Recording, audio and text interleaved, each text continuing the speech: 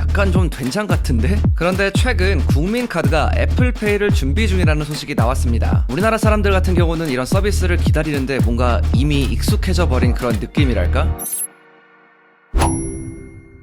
안녕하세요, 별남입니다. 오늘은 테크위크 시간인데요. 이번 시간에도 또 굉장히 어마어마한 소식들이 많이 나왔습니다. 애플페이 소식부터 아이폰 16 시리즈의 새로운 컬러 소식까지 정말 다양하게 가져왔으니까요. 그럼 어떤 내용이 있는지 바로 알아볼게요. 올 가을에 iOS 18.1 버전이 정식으로 출시가 될 전망인데요. 이 업데이트와 함께 애플은 NFC 결제를 개방할 계획이라고 합니다. 현재 아이폰에서 사용할 수 있는 NFC 결제 방식은 애플페이만 사용할 수가 있었는데 이걸 개방하게 되면 다른 결제 시스템을 사용할 수 있게 됩니다. 이렇게 NFC가 개방이 되면 아이폰에서 삼성페이도 쓸 수 있는 거 아니냐, 이런 얘기도 나오고 있어요. 물론 기술적으로는 사용할 수 있는 게 맞습니다. 그런데 삼성 입장에서는 아이폰에 삼성페이를 지원할 이유가 전혀 없는 상황이기 때문에 NFC 개방이 돼도 삼성페이는 지원될 가능성이 굉장히 낮아 보입니다. 그리고 NFC 개방도 모든 아이폰 사용자들에게 적용되는 것도 아니고요. 이것도 지역에 따라서 달라지게 되는데 우리나라 같은 경우는 아쉽게도 NFC 개방 국가에는 포함되지 않는다고 합니다. 현재는 이미 개방된 EU 지역들을 비롯해서 호주,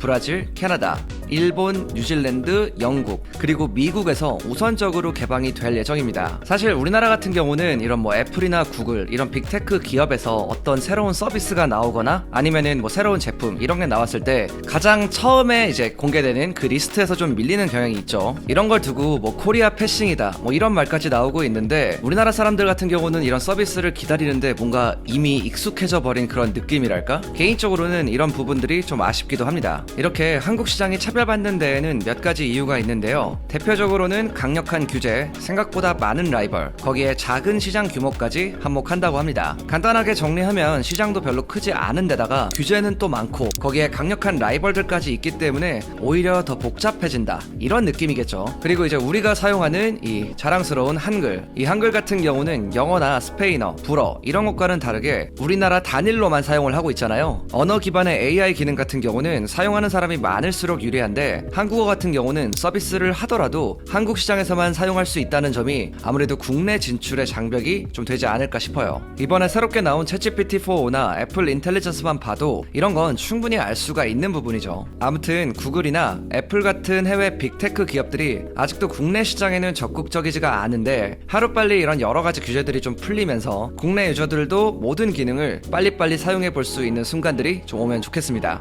여기서 잠깐 아이폰 유저들이 사용하면 정말 좋은 충전기를 하나 가져왔는데요. 바로 이 제품입니다. 니케에서 나온 아크1 충전기예요. 동시에 세 가지 제품을 충전할 수 있는 3-in-1 충전기인데요. 일단 디자인을 보면 이렇게 동그란 원형으로 되어 있고요. 전체적으로 독특하면서 굉장히 깔끔한데 뭔가 좀 감성이 들어간 모습이죠. 데스크 테리어 하기에도 정말 좋은 디자인을 하고 있고 자세히 보면 마감도 깔끔하고 이런 힌지 부분들도 굉장히 견고하고 단단한 편입니다. 전체적으로 빌드 퀄리티가 굉장히 좋다고 느꼈어요. 제품의 무게는 230g 정도로 좀 가벼운 편입니다. 이게 마냥 가볍고 그런 거라기보다는 이 지지가 어느 정도 되는 정도의 딱 그 정도의 무게감이라고 보시면 될 것 같아요. 이런 제품 특성상 너무 가벼워버리면 흔들리고 고정이 잘 안 되는 경우가 많거든요. 그리고 제품을 접으면 이렇게 사이즈가 작아지는데 이 덕분에 휴대하기에도 정말 좋았어요. 그리고 이렇게 펼치면 세 가지 제품을 동시에 충전할 수가 있는데요. 가장 상단에는 맥세이프를 통해서 아이폰을 충전할 수 있고요. 두 번째 단에는 애플워치를 충전할 수가 있습니다. 마지막으로 여기에는 에어팟을 충전할 수가 있어요. 그리고 케이블은 옆면에 있는 타입C 포트로 연결을 하면 되고요. 충전 속도는 이렇게 보이는 것처럼 지원이 되는데 아이폰을 충전했을 때는 7.5W로 충전이 되고요. 애플워치는 2.2W, 에어팟은 5W의 속도로 충전이 됩니다. 컬러도 또 굉장히 다양하게 있는데요. 스페이스 그레이, 블랙, 실버, 티타늄 이렇게 네 가지나 있어서 여러분들의 무드에 맞게 선택할 수도 있어요. 개인적으로 저는 실버가 가장 마음에 들었고요. 풀 패키지라고 해서 30W의 어댑터와 파우치까지 함께 오는 구성도 있는데 제품의 컬러에 맞춰서 파우치와 충전기의 색상까지도 깔맞춤해서 제공해줍니다. 이런 건 좀 센스가 있죠. 사실 만듦새도 괜찮으면서 디자인까지 깔끔한 충전기는 정말 찾기가 어려운 편이라고 할 수 있는데 이 제품은 그 두 가지 부분을 모두 다 만족시켜주는 제품이었습니다. 이번에 저희가 구독자 이벤트까지 준비했는데요. 아래 댓글 남겨주신 분들 중에 두 분을 추첨해서 이 제품을 드릴 예정이고요. 그리고 저희가 또 할인도 많이 받아왔습니다. 저희 링크 통해서 구매하시는 분들은 최대 1만원까지 할인받을 수 있는 이벤트니까요. 관심 있으신 분들은 아래 링크 확인해주세요.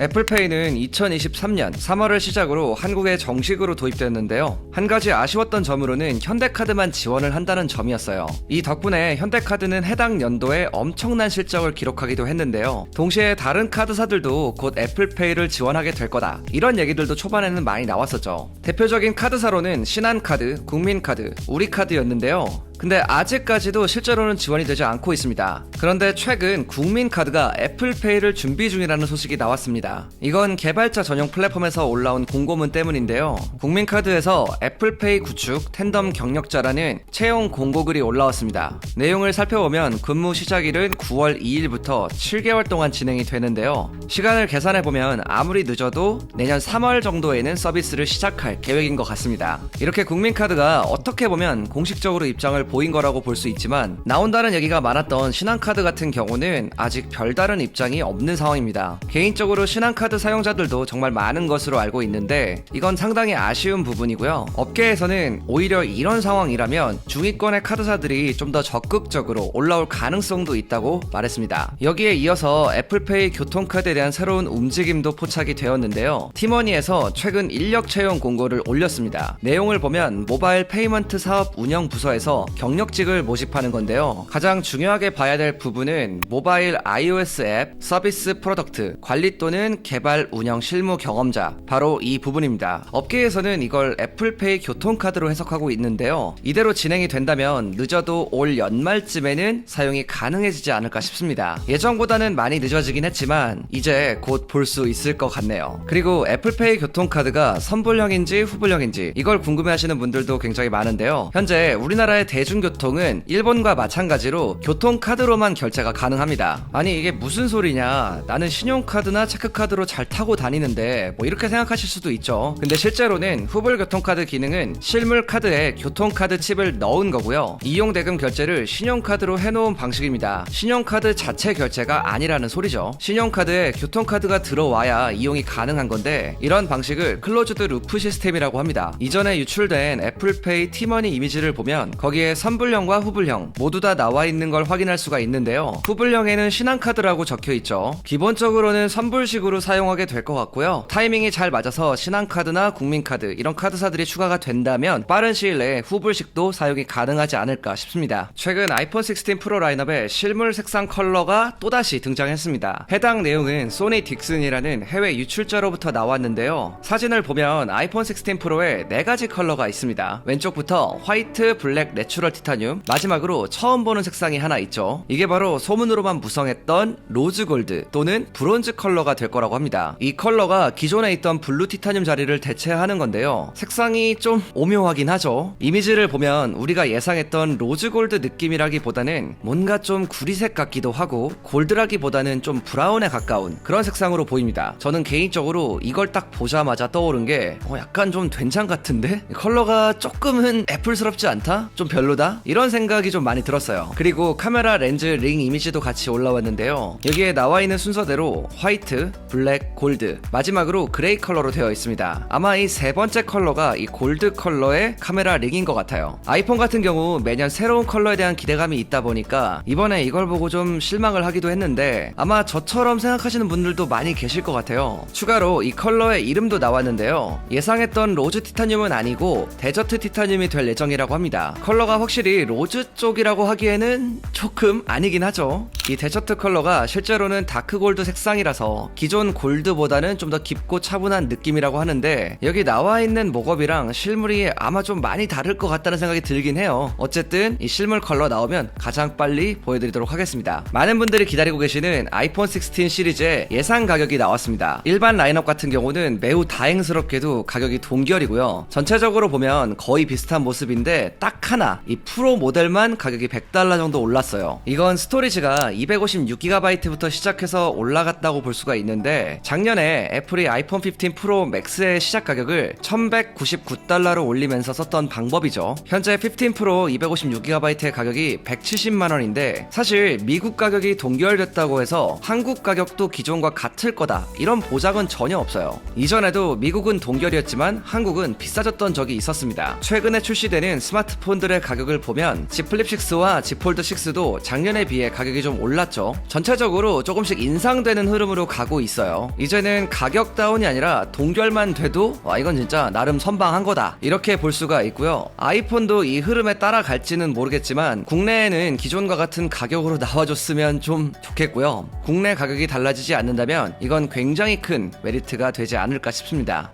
자, 오늘은 이렇게 정말 여러가지 아이폰 관련 소식들을 전달해 드렸는데요. 이제 정말 머지 않았습니다. 아무래도 아이폰의 출시까지 정말 얼마 남지 않았기 때문에 이제는 좀 정확하고 아주 다양한 소식들이 나오고 있는 것 같습니다. 저희는 계속해서 업데이트 해드릴 예정이니까요. 아직 구독하지 않으셨다면 아래 빨간 버튼 빨리 눌러주세요. 제가 오늘 준비한 내용은 여기까지고요. 지금까지 별남이었습니다. 빠이.